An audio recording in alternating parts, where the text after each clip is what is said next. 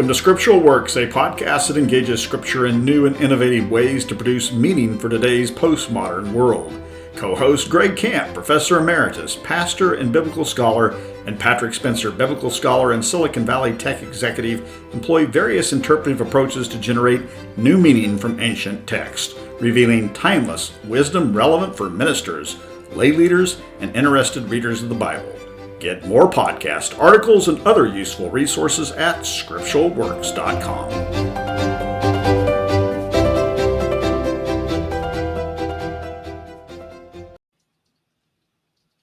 Hey everyone, welcome back to another episode of Scriptural Works. I'm Patrick Spencer. I'm joined by my co-host Greg Camp. Greg, great to see you. Good morning, Patrick. And we have a special treat today. This is part of our ongoing series on Luke Acts with a specific interest in marginalized characters that tend to pop up and then just as quickly they disappear back into the fabric of the narrative, which is a very interesting theme that you see happen throughout Luke Acts. We've had a couple episodes already where we've explored that, and we have a number more coming up. For today, we're joined by Dr. Joshua Jipp. He has published extensively on Luke, specifically Acts, and this is going to be a fascinating conversation. Specifically, he has a brand new book, if I can hold it up so the audience can see, which has been out, I don't know, a month and a half or something like that, which is a wonderful read. It's published by Erdman's. You need to get a copy of it. It's not too terribly expensive. It's not one of those $300 things that you sometimes find from the German and the Dutch publishers. And so it is accessible from a monetary standpoint if you're interested. And it's I think 14 chapters. It's a wonderful read.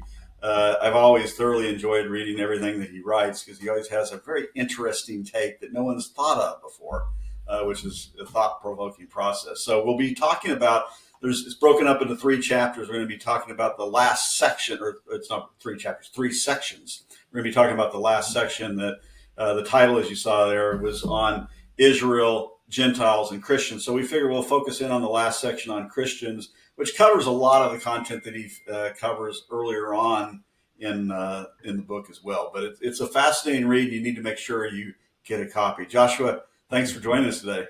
Yeah, I'm looking forward to talking with both of you. Likewise, we're really excited to have you on the show. Before we get started, let's do a quick bio introduction.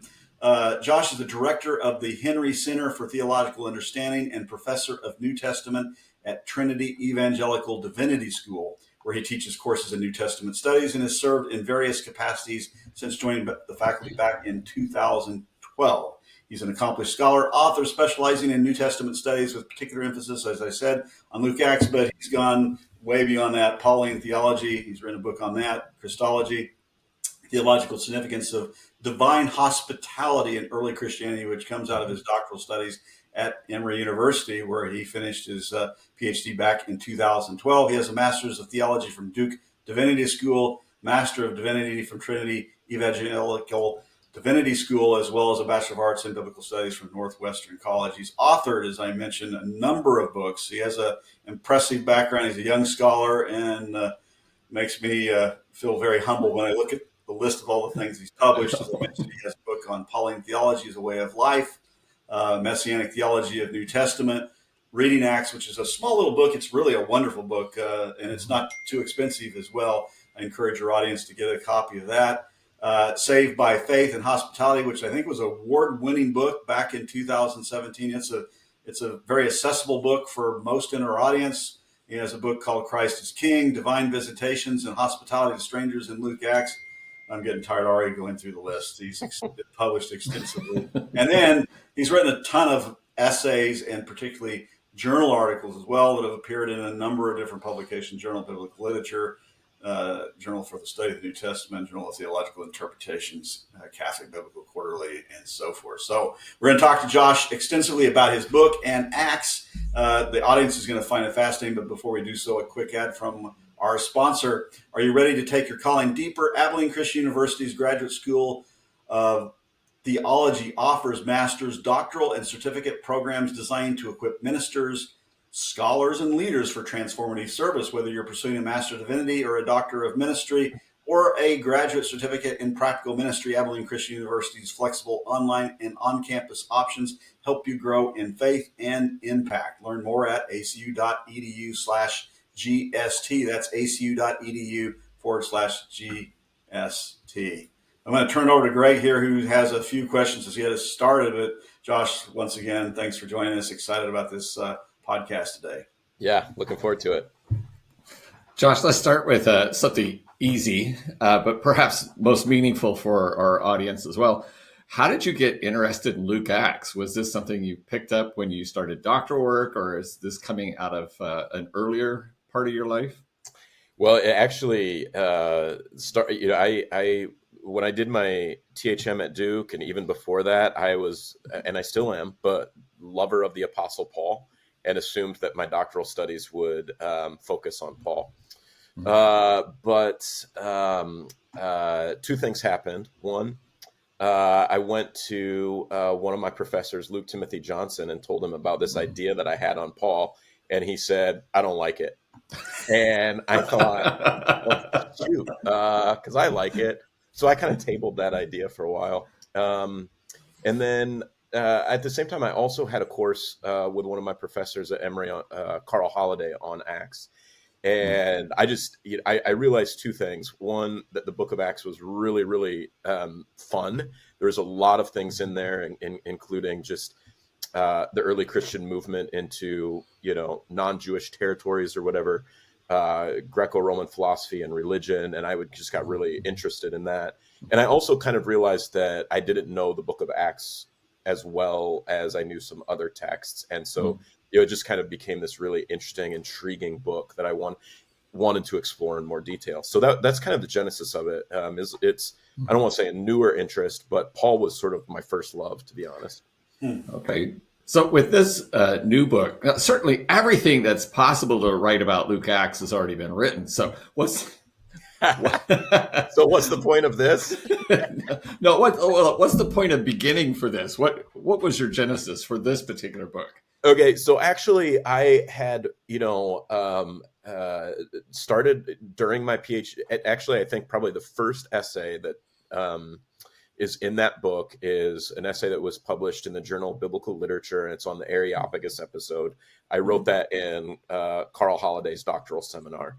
And that sort of started I don't know, 15, I guess it's been about 15 years now of writing, a variety of just individual essays, not necessarily thinking of it as a specific theological program per se. So the genesis of it is that I had written, almost 15 essays, and it kind of am at a point right now where I'm thinking about transitioning some of my time into different parts of the New Testament canon. And I thought, you know what, I'll collect these all together. I had a few unpublished essays I wanted to bring together, try to put some organization to them, and kind of, in terms of how Patrick said, essays that are related on sort of like Jewish context, Greco-Roman context, and then the more specific theological Christian context. And so then just bring them, really bring them all together as kind of a at least nice, handy place for me, to be able to access sort of like all the individual essays that I'd written on Acts. Right. So part of the point is to keep all of your student papers and possibly publish them someday. Yeah. I mean, to some extent, it's kind of, as I said, I mean, kind of like a handy place for me to be able to, all these essays are scattered in different journal articles. Some of them are in even like more obscure festshrifts for for different scholars. So maybe it's self-serving. I was like, I would love to have them all in one place. Have a place where I can use it for my own students, and one book rather than having them, go to a variety of different places to find. It's a great way to do it. Yeah. It's interesting to see the influence those initial years in our doctoral programs influence our scholarship later on. Yeah, that's right. Our interest in the 8th century prophets series we're doing now, it goes back to a doctoral seminar that Greg and I took at Berkeley long time ago. I won't say how many years, a long time ago.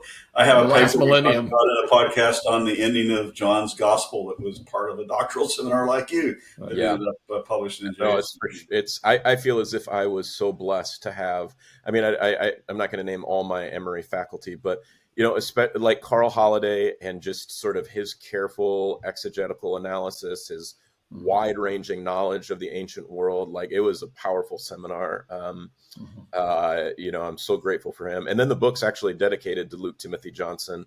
And, I think I say in there something, one of the ways he's functioned for me as such a model and mentor is his ability to both bring together, ancient text, ancient world, but then always has his eyes, open towards, what's going on in our world. And, as he would say it, not only living in Bible land, but being attuned to basically what are the contemporary questions that continue to animate human existence. And so we go back and continue to read these texts. So anyway, yeah, they're so influential, and I'm so grateful for them. You're following in their vein with your long list of publications already, because both Carl as well as Johnson have published extensively.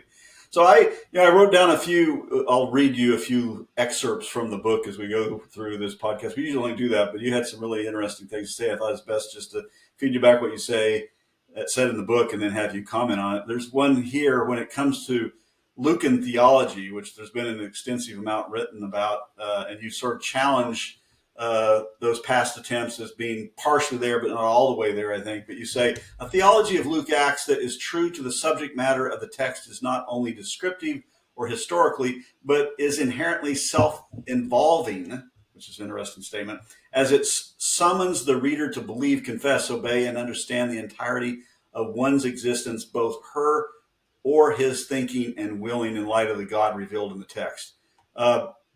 Past attempts, as I noted, to Lucan theology, typically approach it from a historical or narrative standpoint. Joel Green, who Greg and I studied with, he has a book on theology on Luke that was published back in the 1990s, I think. It's a wonderful piece. It's probably narrative focused. Are these deficient? And they really fail to account for what you argue the reader in the process. Explain, your thoughts on that front. Yeah, sure. We'll probably get into this in more detail. By no means is it a minimization of history and narrative. And boy, that little book by Joel Green, this is so good. That's like one of the best examples of kind of dense in the best sense. 150 pages on just. I've read that book so many times. But what I mean is something along these lines. If you're calling something a theology of, then it presumes that you as the interpreter are, to some extent, like making claims, or at least mediating sort of like claims about the God of the universe as, are seen in, a particular text. And so I'm not opposed to like all those series on the theology of, but that are very narrative and historical oriented. But in a lot of ways, what they're kind of doing is holding some of the theology at arm's length, or just saying it's self-contained, in this text. But all the while, you're making claims about, the revelation of God.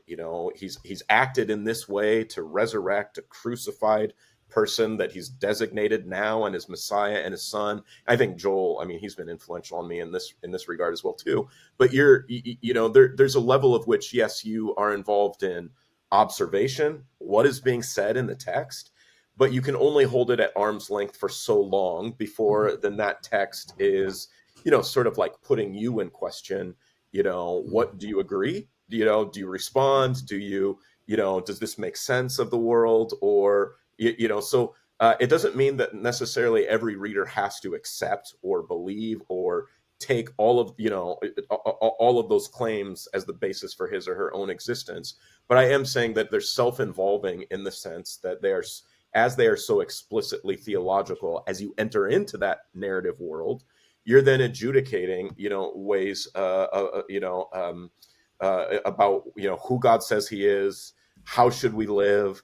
Is it appropriate to use our possessions in this way? Is it appropriate to, give hospitality in this or that way or not. So that's all I'm trying to say in terms of it being self-involving. Yeah. And yeah, I'll just leave it at that. Yeah, let me follow up on that a little bit. For a theology to engage the reader in that way moves it very quickly to us as the reader, which we are, of course. Yeah. How much should developing this theology help us understand perhaps original readers or readers who are reading from a different place in the contemporary world or at some point in the past? We aren't the original readers. So how does the theology take into account the various places readers are? Yeah. I mean, I do think that's a great question. I do think like, I sometimes say it this way, it's a novel, like in order to make sense of it, requires that you enter into its world, and and so the author then is, as he or she is giving to you just the basic features of a narrative, the plot, the characters, the setting. There's an element that it requires you basically to sort of fuse your world with that world, or at least to enter into that world for a moment, right? Right. But then when we finish a novel, like most novels, we come back, and maybe we say, something along the lines of,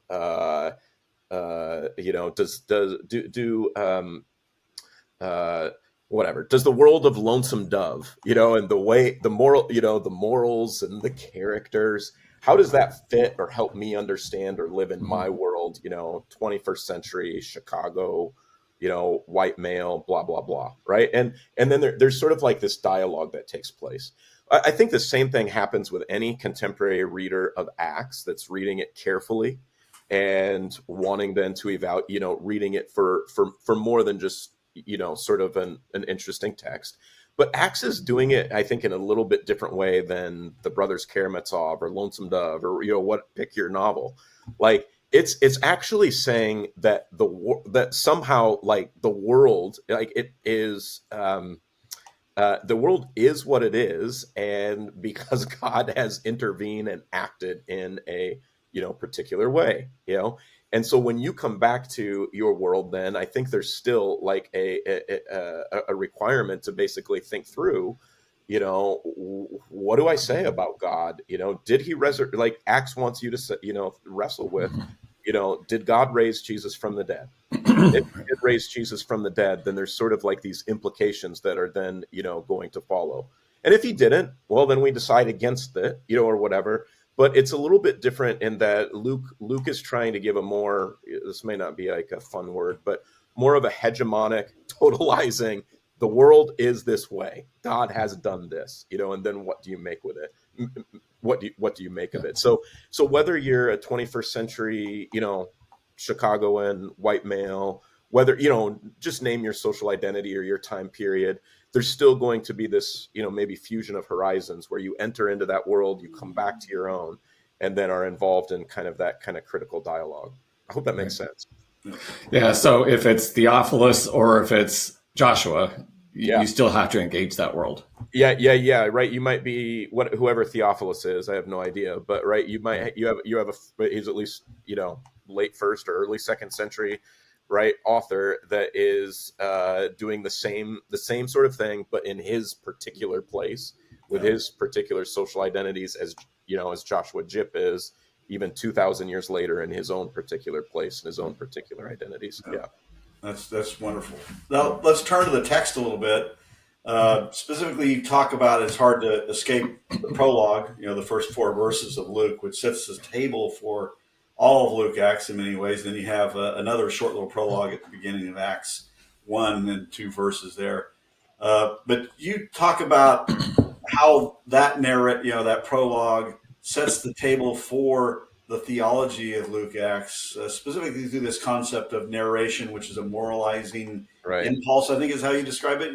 How does that work? Yeah, right. I think that language probably comes from Hayden White, historian from a few decades ago, or maybe still right, but yeah.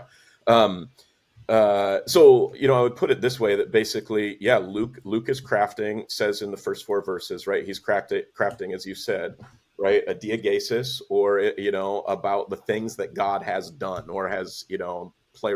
I won't get into all the Greek words, but he has accomplished or he's fulfilled among us. And, so then, as we're reading the Gospel of Luke, Theophilus wants us, it seems, to read this as basically a narrative, a theological narrative about what God has done. And primarily it's going to devolve upon, what Jesus has done in this, the time period that he narrates.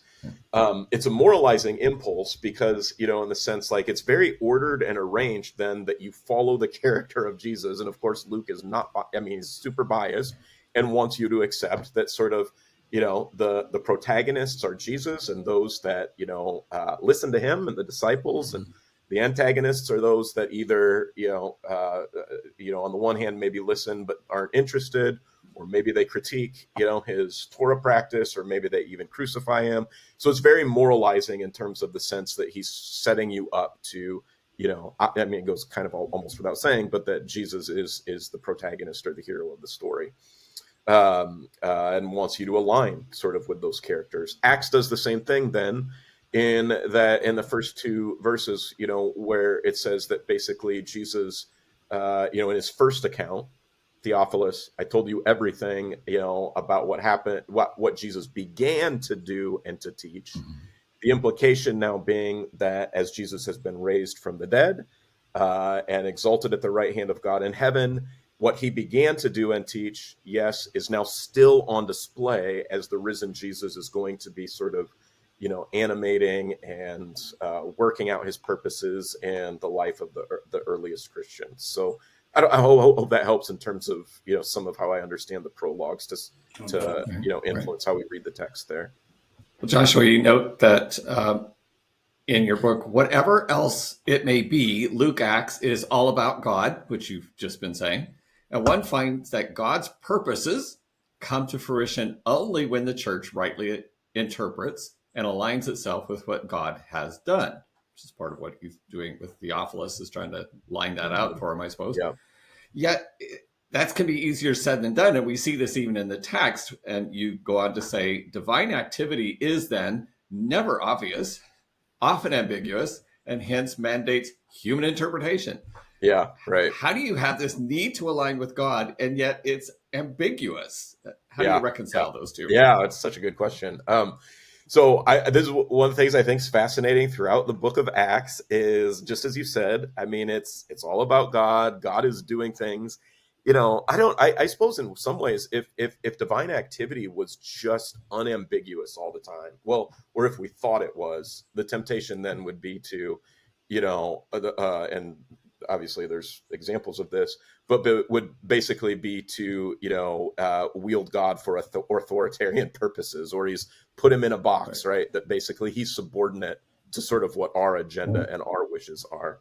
But in Acts, you have from the very beginning, humans standing up in an assembly, trying to make sense. What has God done? Right. So from even before Pentecost, Peter's standing up and he's, essentially saying, like, how do we make sense of what Judas did? Now we're 11.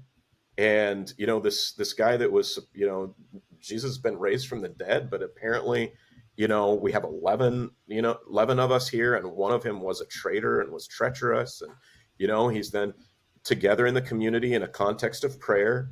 It makes it look as if Peter is just sort of like this almost authoritarian hero or something, but it's really within the context of prayer and the assembly and the reading of scripture, right? They're reading the Psalms and again, going to God saying, you're the one that knows all hearts and minds, that Peter and the earliest Christians are then engaging in making sense of what has Judas done. Or the very next episode, something crazy happens at Pentecost.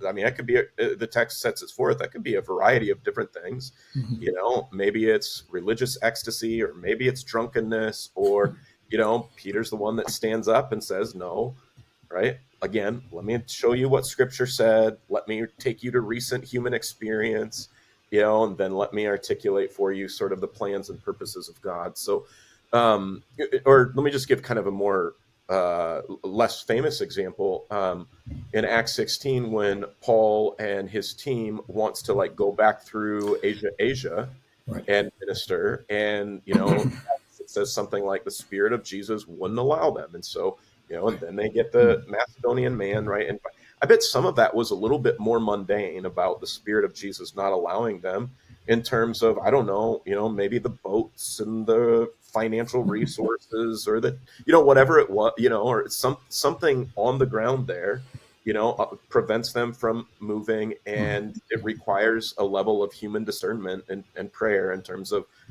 trying to understand what has God done.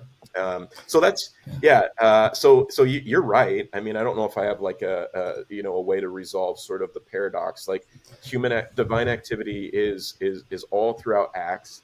It moves the entirety of the book forward, but you're constantly seeing God acting, and then humans a step or two after that or behind, scratching their heads, trying to say, what is God doing?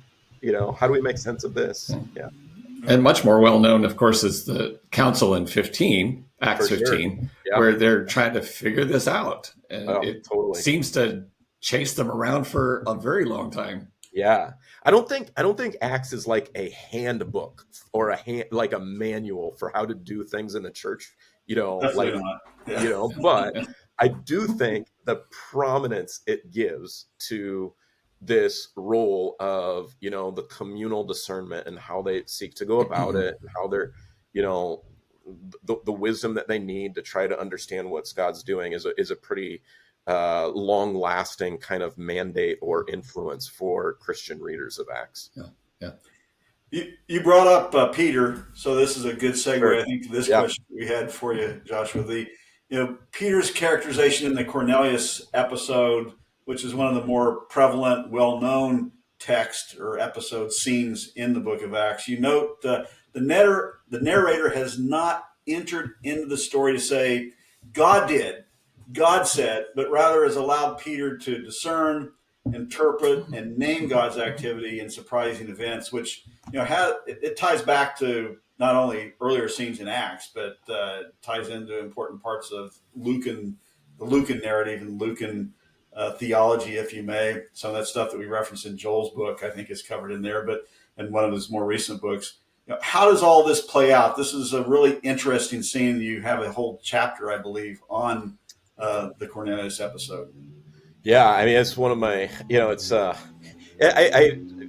find it fun, just that sort of like how many verses Luke takes to narrate this episode, when he could have done it in a much shorter way and said, kind of like Luke has told us, or the Gospels told us, Jesus has told us, John the Baptist has even told us, all flesh will see the salvation of God. Everybody knows that salvation is, kind of, we've got this universalizing theme that it's going to, it's going to start with Israel, and then, Israel's going to be saved, and then Gentiles, communities, pagan communities are going to get saved. But, so we know it's coming. And nevertheless, you get, 48 verses in Acts 10, you get another 18, when they go back to Judea. And then, as Greg said, you get, almost all of Acts 15. So many verses, 3 times. And Luke, so I think Luke does want us to learn something about, kind of what I was saying before.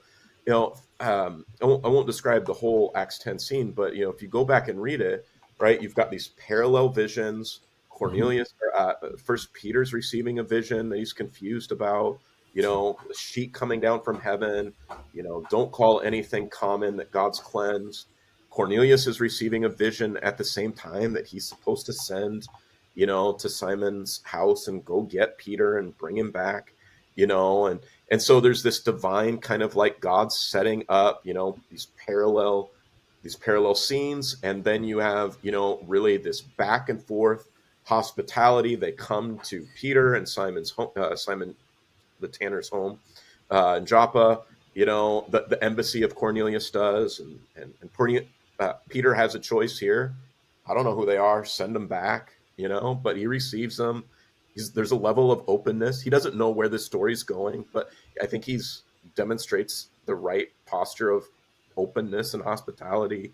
And, then he goes back with Cornelius to his home. And, I often think of, sort of, so he's in a centurion's home, right? Now, this guy was a God-fearer. He was, pious. He was praying. So, on the one hand, righteous, but on the other hand, he's, a Roman centurion, and, he's non-Jewish and don't know exactly what's in the house in terms of, the food or potential idols, or, but Peter goes in, and I often imagine him being like, oh my gosh, when he comes in and sees it's not just Cornelius here, but, Cornelius has invited his whole crew, to come, and he's like, I guess there's something important. And so Peter knows this is going to come back probably to other, it's going to be a public event. It's not a private event.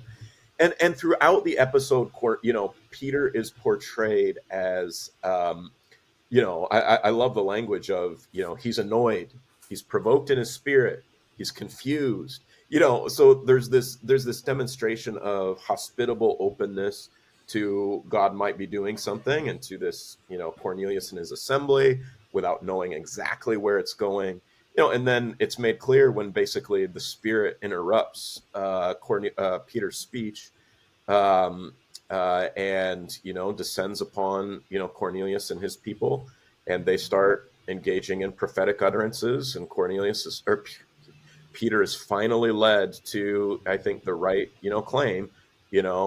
God has also sent forth his Spirit and has chosen the Gentiles, just like he did to us. So yeah, fascinating text, that Luke could have just made that story a lot shorter, but I think wants to show the way that God is leading these two parties together. Also, in part, it's going to set up the rest of the book of Acts and its theme, where how does the church come into existence of, not just Jews and Gentiles, but Jews in a variety of different ethnicities, as one multi-ethnic people of God, and the role that, in many ways, hospitality is going to play in terms of that social incorporation between these different groups. So, yeah. Joshua, it sounds like you're really aiming at developing a theological theme here in Luke Acts, in which, as part of the history of Israel, migration, which is also happening in Acts as the church is moving out from Jerusalem, and Cornelius is that event is a key place in the church continuing to move out. Is this one of those themes where hospitality, as you've mentioned, hospitality not only for the vulnerable, but for those outside of our group, is a key theological theme, a statement about God? Absolutely. Yes. Thanks for setting me up on that hospitality question. I totally agree with you, Greg. Yes.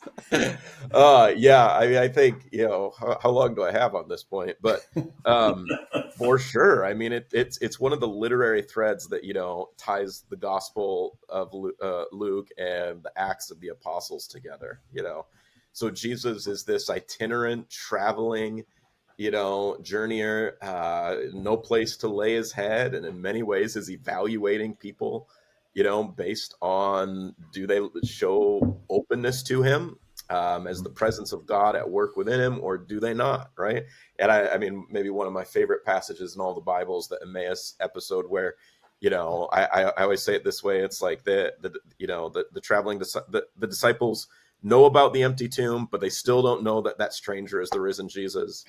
They journey with Jesus, the risen Jesus, and even hear like a lecture on the use of the Old Testament and the New, and they still don't know that they're talking to Jesus. And it's when they say, hey, it's getting late, it's dark, it's not safe, come into our home.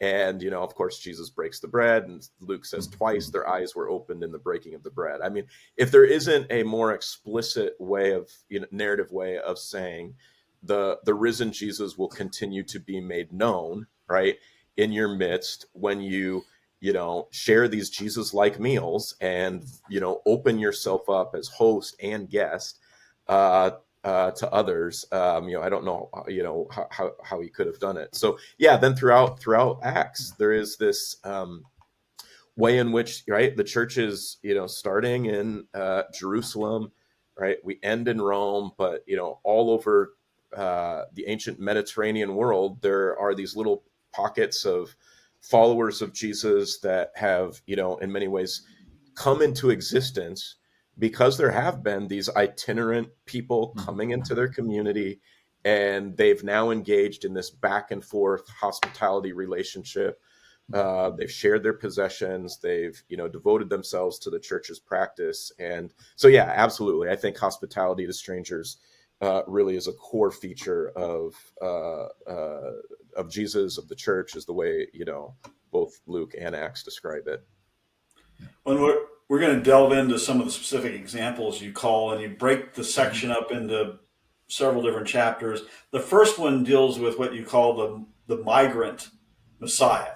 Anyone who's read Luke and Acts for that matter, but Acts specifically, they understand this concept of journeying, and there's this huge journey log, travel log, if you may, in the very middle of Luke that takes up half the gospel, probably at least. And he's constantly on his way to Jerusalem, but never getting there. Finally, in 19, he finally gets to Jerusalem. You think he's never going to get there.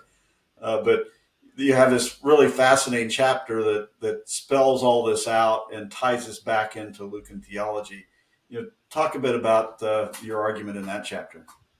Yeah, it's I think the journey narrative, as you're mentioning, is it's kind of in Luke 9 and through 19 is really interesting, because Luke doesn't seem to. I mean, some have even talked. Can we even say there's a journey narrative? In part because you can't do any like geographical reconstruction of where Jesus is going in these 10 or 11 chapters. It seems the only thing Luke really cares about is, on this theme is just the characterization that Jesus is itinerant. He's vulnerable, and it's for your listeners, pardon the quick foray into some of these Greco-Roman texts, but there's this kind of common way of talking in antiquity about, I'm trying to think of how to not say it so dorky, like an academic. I want to say literary symbolization. It's really dumb, but like ways of like kind of literarily describing if a society is a good or a bad society. All right. And so you have these texts where basically, Zeus or a god will be disguised, and they'll look like it's a god, but it'll look like a vulnerable traveling stranger, and they'll sort of like knock on doors, in terms of like, and then they evaluate these societies based on whether or not the people, the doors they knock on, extend kindness to them, or they say, get out of here, they go on their way. And then there's either rewards or blessings. And Luke is maybe kind of adapting some of this, and some of it's even in the Hebrew Bible as well. But where Jesus is, Luke has made it clear he's the Kurios, right? He's the Son of God, he's the Messiah, but he's now, a vulnerable, traveling, itinerant stranger. He probably doesn't look like Kurios or Son of God. And then people are right on the journey narrative. You have people like Mary and Martha, and you have people like Zacchaeus and others who, are then, portrayed as in some ways extending hospitality or kindness to Jesus. And then they're blessed, or, Zacchaeus experiences salvation. Or you have others, many of the religious leaders who are actually using sort of meals as an opportunity to trip Jesus up or test him or contest his interpretation of Torah. And they find that there's no social incorporation. And Jesus, in Luke 7, for example, Luke 11, says some pretty, hostile things as a result. So, I guess what I'm getting at here is like built into the very fabric of, the Christian faith as it's articulated in the Gospel of Luke is a faith that, is embodied in someone that was on the margins, was vulnerable, was poor, and then I'll just say too, gave the same commission to the church, even in Luke, in terms of the 12 disciples, ruling over God's people through food and through drink. And as I've already said, the Emmaus episode. And so, there's, I think, a lot of implications, there for those who are reading these as Christian scripture or, are seeking to be disciples of Jesus even in this day, in terms of how we think about, just really the migrant. I mean, we could call it sort of, traveling, itinerant identity of Jesus in terms of then how we as followers sort of, think about what it means to not only worship him, but also, practice our faith in a way that honors him as well. So. Joshua, this certainly extends over into Acts. So as the church begins to move out of Jerusalem, particularly, and famously as Philip encounters the Ethiopian eunuch, as they get up into Samaria, and what we often forget is as it extends out into Asia Minor and over into Greece and further, that it's actually moving across a lot of ethnic boundaries. Right. Religious boundaries. There's so many differences among people there, which we tend to just label as Gentiles, or we have Greeks and Romans, not always taking into account the differences from one location to the next. Right. Which, excuse me, at the very end of Acts, the encounter at Malta seems to show up, where they're expecting these people in Malta to be these barbarians, and yet there's this wonderful encounter of hospitality. And Paul and Barnabas are certainly encountering hospitable people along their journeys, and at other times where they get turned against. Yeah. So what about this, the xenophobia or lack thereof that can be encountered in Acts that sometimes is hidden to us?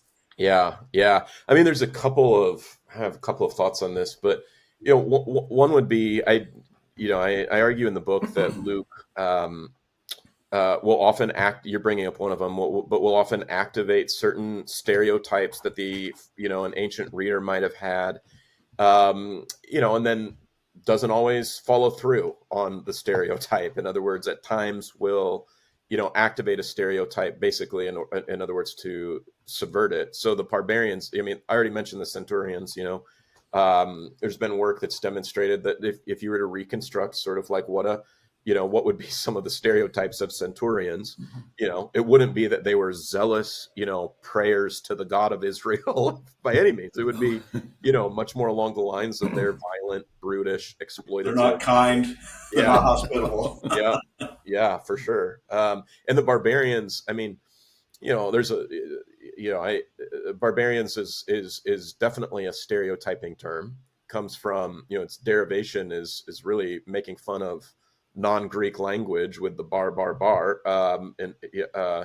and the Greeks thought of themselves as hospitality as sort of like, what the civilized do. You can read the Odyssey, and it's all these high level kings or little, chieftains that are engaging in the back and forth practice. And it's not what the Cyclops, Polyphemus, or any of the barbarians do, right? But then when you get into Malta and you see, these barbarians, wow, they seem to really know, they practice hospitality maybe as well as anybody in the entire, 2-volume narrative. So, maybe stereotypes aren't like the best way of making sense of human life all the time, at minimum, Luke might be saying. And I think too, let me just say one other second thought on this. A lot of commentators will sort of say when the islanders move from saying, Paul's bit by the snake, he's a murderer, and then really quickly they see he doesn't die, and they're like, he's a god. And a lot of there's a lot of commentators that say, Luke is making fun of the islanders here, and sort of like their silly, theological, discourse or whatever. But I think that's not exactly right. I think by this time the reader of Acts knows, yes, Paul's not a god, but on the other hand, he's been portrayed as caring about the powerful presence of Jesus in his midst, in his own person. And so, we're not told if the islanders convert or they don't, but I think Luke would give us more of a vision of ancient peoples as something where they're, how do I put it? the presence of God is in a way already there, and idolatry is already, and so there's like there are religious impulses and cultural values, right, that are both needing to be critiqued, but are also capable of, with being turned towards God, and I think Paul might argue, we could argue that for what we see in Athens or what we see in Malta, or in a variety of different lands. I can't quite remember the language African theologian Kwame Bediako has, but it's definitely something I learned from him, where it's, not just, every ancient land or culture, it has both the idolatrous elements, but also the capacity of its own presence of God being turned in the right direction, something along those lines. So as a result, I think, when you finish the book of Acts, there shouldn't be a sense of xenophobia, but rather a sense of, a possibility for positive host-guest encounters between the earliest Christian missionaries. Well, part of this series we're doing is this concept that you have all these different stereotypes, ethnography playing a role in that, obviously, but you have other elements as well. Look at the Ethiopian eunuch and the fact that he's a eunuch to begin with. He's from Africa and so forth. You have that playing out in other instances as well. It's an inclusive, it's a very inclusive community, the Christian community, that's portrayed in Acts, and certainly has continuity with what you find in Luke's gospel. The piece you wrote on Acts 28, which I think came out probably as part of your dissertation way back in the day, also as an article. I think it's in Journal of Theological Studies. It's a great piece. Everyone in our audience who are ministers anyway, who have some academic leans, check it out. It's a really informative piece, and it's one of my most favorite articles that I've read in recent memory. Thank you. It presents a very innovative, creative approach to a text that we've read many times over, but haven't paid that much attention to. I've been to Malta, which adds a little bit of color. Oh, I've always wanted to go. I needed to get some research funding, but I couldn't justify it. But I'd love to be there someday. Yeah, that was a business trip. I get to go to fun places sometimes on business. Unfortunately, my theological seminaries never ponied up any money for me over there. So there's always a day in the future, I guess. Look at it that way. So you have a chapter. You have this chapter on the migrant Messiah, which you spoke about, which is really interesting. Then you have another chapter when you're spelling out this theological concept that plays out in Luke Acts, something that you call Jesus, the Church, and mental illness. Anyone who's read the book that Michael Parsons wrote, it's probably been a decade ago now, which also is a very impactful book was on me that I read, that was very interesting narrative, reader response approach to this concept, specifically in Luke, but also I think he talks a little bit about it in Acts.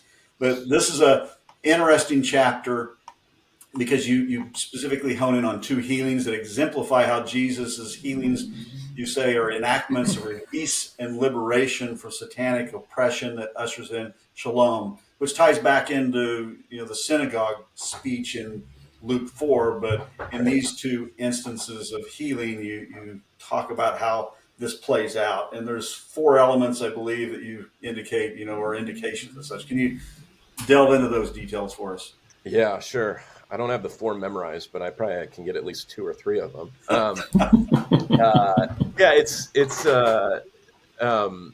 So when Jesus says, as you brought up in Luke 4, right, it opens up Isaiah, says, the Spirit of the Lord is upon me, to proclaim, and then you have good news to these characters that are oppressed, and then the rest of Luke, in some ways, kind of shows us what, who are these characters and what are they experiencing. And I understand to be, in some ways, that basically Jesus is undoing the work of the evil one, which is to turn people away from peace and flourishing and life, not only in, heaven, but even in this world. And so I look at a couple of these texts, powerful ones, the Gerasene demoniac, who, if you kind of line up his characterization pre-Jesus and post-Jesus, it's basically before he was shackled, after encounter with Jesus, shackles are off.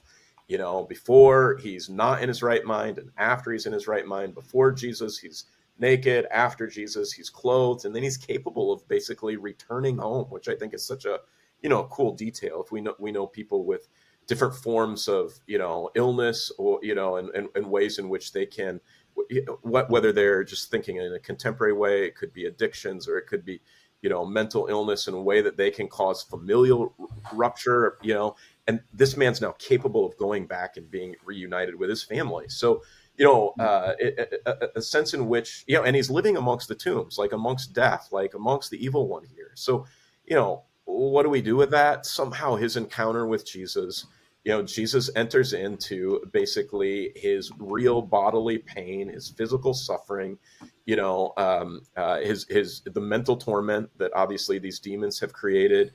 And the encounter with him then, right, is capable of sort of, I think, taking him away from, a situation of death and into a situation now of, relational union, not only with Jesus, but with, his city and his own family members. So, I won't go through the Luke 13 passage, but a similar sort of thing. I guess my argument, in some ways is to say, if we then, remember Jesus as one who performed these types of healings, I want to ask the question, what does it mean to continue Jesus' healing ministry today?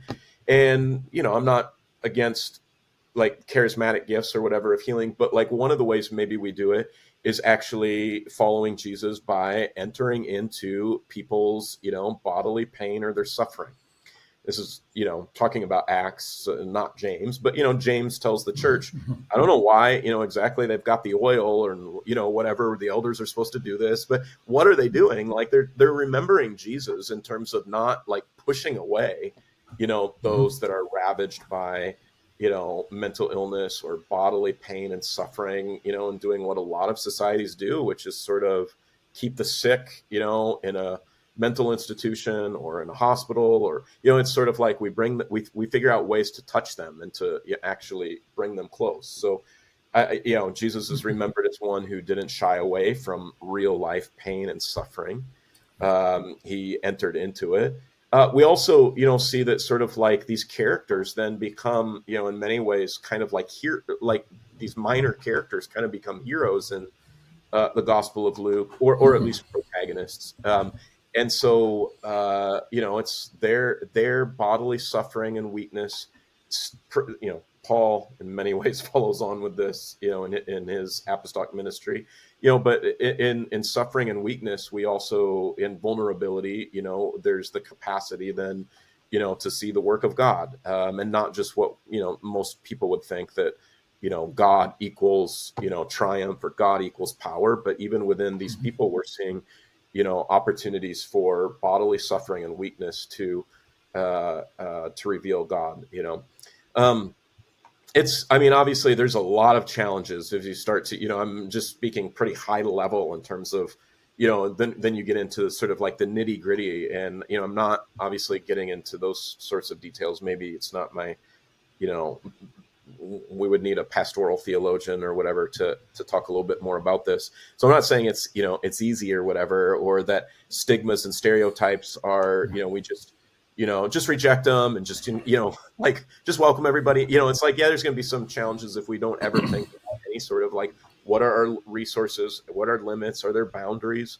But by and large, I think like as we follow Jesus and remember what he did, it's really, again, a challenge to us to not just reject those that have stigmas or exclude those that have physical vulnerabilities, but to think about how do we follow Jesus by entering into their pain and bringing them into our the center of our community. So, Joshua, you note that in Luke Acts, the fundamental problem is not just alienation from God, which is often what I heard growing up, but that it's alienation from one another, inhospitality to one another. And I have a friend who works in disability studies and has a longstanding ministry in the church of families who have members who have disabilities. What does it mean to stand in solidarity with persons with mental health challenges, physical challenges, things that we might have societal stereotypes about as somehow dangerous and risky or somehow polluting us. How does Jesus act hospitably towards them? You're pointing at this, that it always has to be worked out in certain locations, but is this a right understanding of hospitality, that we have to overcome those stereotypes? Yeah, I guess, one of the things I would say is, as we've talked already a bit about hospitality, there is, it's easy for us to think that, those that are educated or have some level of power or wealth or whatever, that we're always the hosts, but a good hospitality relationship, just as go back to, as I was mentioning before, the Emmaus episode, Jesus starts out as guest and then he's host. And you have to kind of figure out in some of these scenes, it's not just Jesus and the apostles aren't just always the givers, the powerful ones that are, like they do, right? They are hosts, but they're also like entering into other people's territories, and so, and are good guests. And so I guess, one starting point, Greg, would be, a posture of not only, yes, maybe you think of yourself as host and sort of like, how do we make our spaces and everything fully accessible? So, but maybe then also we think of ourselves as guests in the sense that we're thinking about, what are the things that I have to learn? What are the things that I have to receive? What is it that I don't know? How is it that maybe my thinking that I'm educated, or I have privilege, or I have power, makes me think that I always have the right answers, and what do I need to actually critique of myself that I can learn, from others. So maybe that would at least be one Lucan starting point, is kind of recovering the role of guest, in some of these instances. I want to make sure we get through everything that is in that last. Just realize this is like 1/3 of Josh's book. You could like do 3 more on the other side. See how much you can get for just $25 on Amazon. Exactly. That's right. Or 30. You know how little this is per word? The last chapter, which is actually really fascinating chapter, because Greg and I are concurrently doing this series on the 8th century prophets, and there's a lot of parallels there. I realized, particularly as I was reading through that last chapter over the last week or so. Mm-hmm. It's titled "Economics of Jesus in the Roman Empire and Israel's Sacred Economy." So you tie it back to the Old Testament. Specifically, you argue that the Pentateuch spells out a life that is, this is quoting from the book, life that is to be marked by a harmonious relationship between God, or Israel and God, and just and peaceful relationships to their fellow humans. To Greg's point just now, the question he asked, how is this you argue this is a reaction to the abuses of Pharaoh to start with, and then you see this actually playing out throughout the entire Old Testament narrative, and even into intertestamental literature that spills over into the New Testament. I found this argument that you had there quite fascinating. Oh yeah, thanks. Yeah, that was. Well, I'm a little. I don't know if nervous is the right way to say it. I mean, I'm so dependent, in terms of my knowledge, especially on the Old Testament material from Walter Brueggemann and Roland Bohr and Samuel Adams, and there's a variety of these people. I just had so much fun, kind of. It's not my area, but trying to understand what was going on there, and so I guess one of my takeaways was just that I continue to be, march or. Interested and influenced by is the role that like Pharaoh and his economy exert over the entire Pentateuch, and then going in throughout really the rest of the biblical canon as well, which is, Pharaoh is this, he's everything that Israel's economy is. Israel's economy almost looks as if it like sets itself up in direct, reaction against Pharaoh. So, Israel's economy is not supposed to be exploitative and extractive, and it has it does have there are laws about what to do with those who are enslaved, but it's not supposed to be this sort of like taskmaster abusive type of slaving situation that you find with Pharaoh's economy. And so obviously the Jubilee laws are well known, but whether it's that or whether it's how you treat, a proselyte or a sojourner, right, in their midst, and, engage in, they get a day off too, and engage in fair economic wages for them and don't exploit them. And yeah, just even the saying sort of like, you remember what it was like, I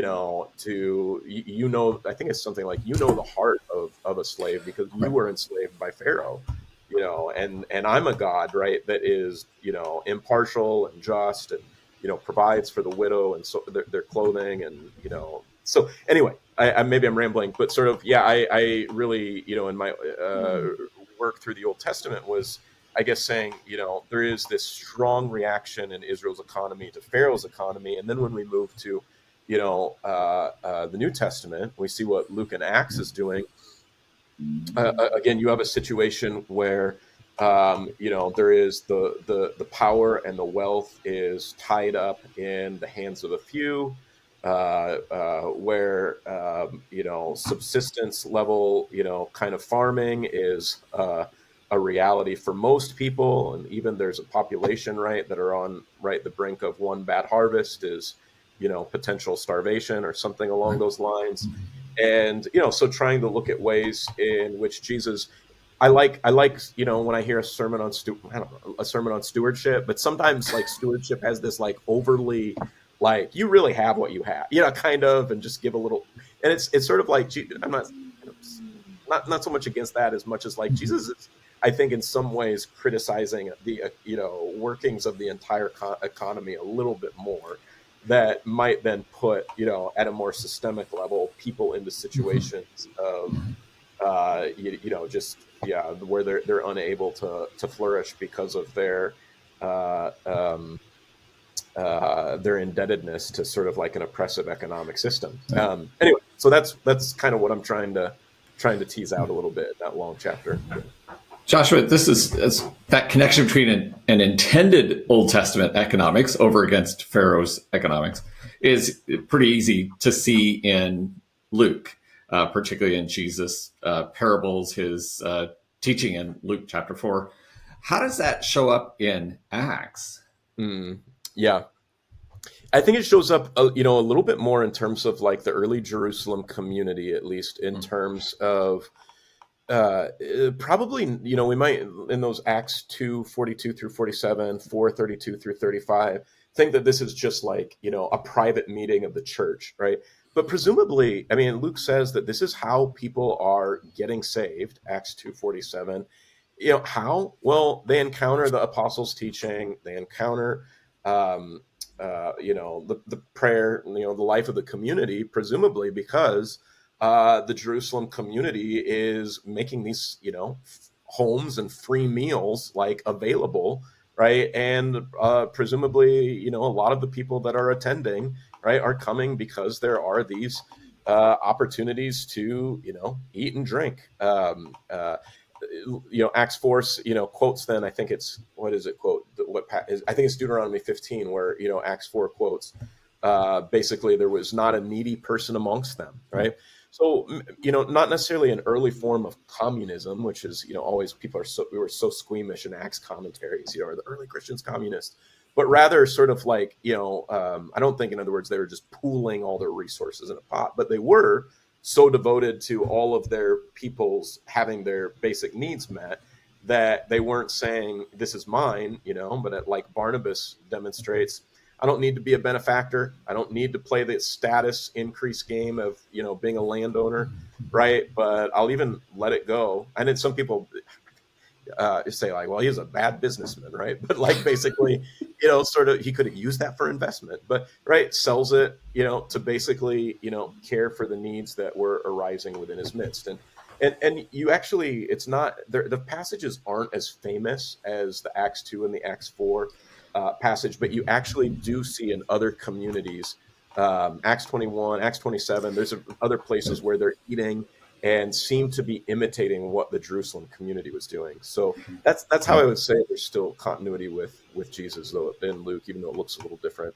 Yeah, thanks for that last part too, because it's easier to see while the church is still in Jerusalem. once Yeah. they leave there, where's that showing up? And you've just indicated a couple of good places. There's a number of instances where it does pop up, right? Again. Yeah. We have time for a couple more questions here, trying to bring it home in terms of, how we apply this today within church communities or in lives or groups that meet. Jesus' teaching and ministry, overturn, you argue, normal practices of hospitality and expectations of reciprocity, which we touched on just now, actually. So this is a good segue. And you specifically argue that benefaction, it's more than money in Luke Acts. When you start talking about benefaction, I agree with you. And it's really an interesting concept, because usually we think about benefaction and you got to give money, those early on chapters in Acts. But really, when you look at the entirety of Luke and Acts, it's much more than just money. Talk about how you understand that, particularly within the ancient patronage system and how that played out. Yeah. I mean, it's a little different than, I mean, there's obviously major similarities between, sort of like whatever the Greek and Roman practices of benefaction and patronage. One of the things it definitely sets it apart as being, I think, a little bit different is a couple of, at least I'll mention two things. One is there's been some disagreement on this, but I think by and large, most scholars of the ancient Mediterranean world agree that the lowest strata of society did not participate in benefaction and patronage because it's inherently reciprocal, and a poor person, a beggar, a homeless person has nothing whereby to reciprocate, either in political favors or wealth or whatever the case may be. And so, so it's not to say that there weren't any charitable concern at all, but by and large, in terms of actually being a valued, person that can be involved, that by and large is not the case in the ancient Mediterranean world, except where you do have, the situation where, basically the Old Testament and ancient Judaism, which had more of a notion of almsgiving. And so to give a gift to a poor person that could never pay you back was understood in some ways to be actually making a gift to God, which is pretty innovative. And the early church really seems to carry through that notion as well. So Gary Anderson has done a lot of people have done, Nathan Eubank, David Downs, that, demonstrates just like the insignificant role of texts like Proverbs, you make, the one who lends to a poor person lends to God, right? And so the practice is then, Jesus says, when you give a party or you invite someone over or you give alms, don't just give those that can pay you back. You'll just be involved in the same reciprocal gift exchange. Give to those that can't pay you back, and then God will be the one that pays you at the resurrection of the righteous. That's one way I would say. I would also say there is, in many ways, one of the things that happens with the, practice of gift giving and, hospitality exchange is a creation of a community whereby, it moves from just being sort of like guests and hosts, but into a situation of friends and family, that are thereby capable of, so it's social relationships that are also created in it, not just money, in the early Christian community. So those would be a couple of ways I would see. Joshua, I want to go back to where this conversation started, where you talk about Luke Acts as developing a theology, which really addresses us where we are. You said we need to be engaged as readers. How do we do that when we're so steeped within our own political economy, whether it's like a free market capitalist economy or something else elsewhere in the world? How do these texts help address that part of our lives? Yeah, right. Yeah, that's a tough question. Really good one. I mean, few steps. Maybe one would be, I do think there's no substitute for immersion, individual and community immersion in the thought world and in the narrative of, Luke and Acts. So if we're not going to just use it as super quickly as like a handbook for how to do church planning, or super quickly as a handbook for how to do X, Y, or Z, requires some patience and even some like enjoyment of, immersion as an individual or as a community, so that you know what the text is saying. And then, maybe the second thing I would say would be, I always hesitate to give prescriptive kinds of applications. Here's exactly now what we go and do. Sure. But as I've argued before, as we see sort of like the church in prayer, in conversation with these sacred scriptures, in community, believing the Spirit is upon them to guide them and lead them, then also, next step, also saying like, well, what are the challenges that we need help with today?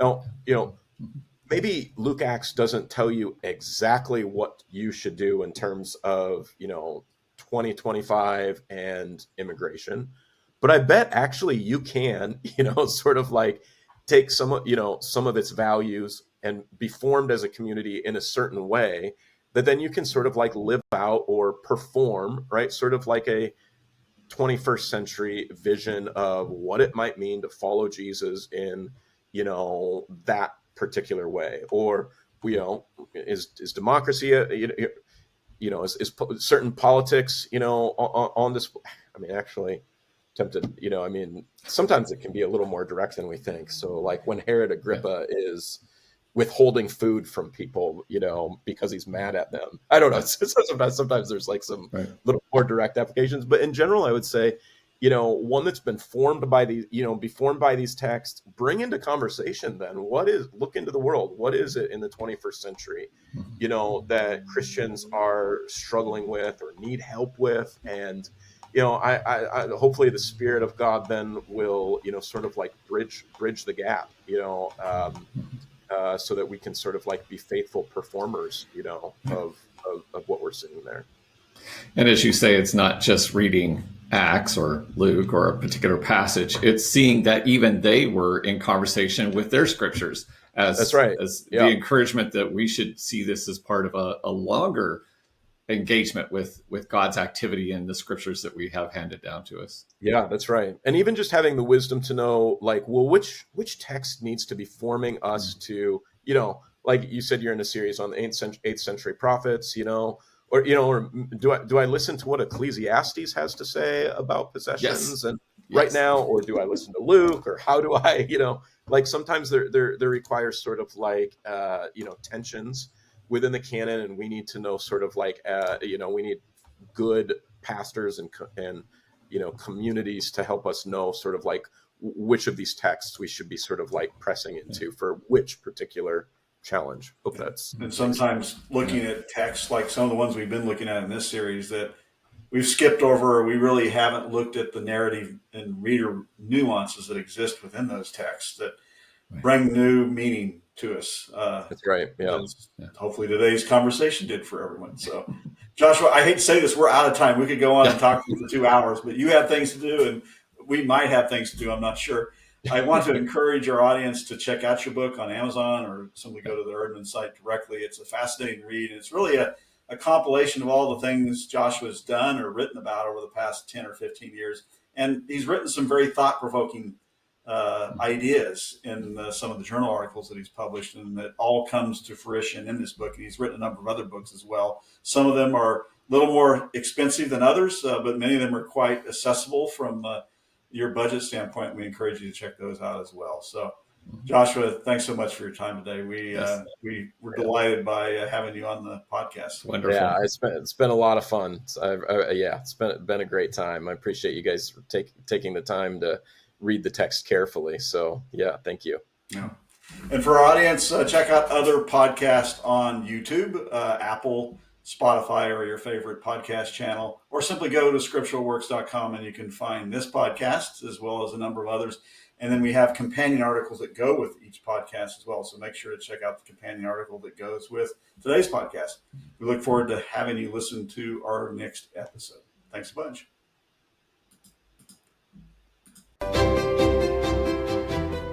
For other podcast episodes of Scriptural Works featuring co-hosts Greg Camp and Patrick Spencer, as well as a variety of different special guests, visit us at scripturalworks.com, YouTube, Apple Podcast, or Spotify. And don't forget to check out the growing repository of podcast companion articles found at scripturalworks.com.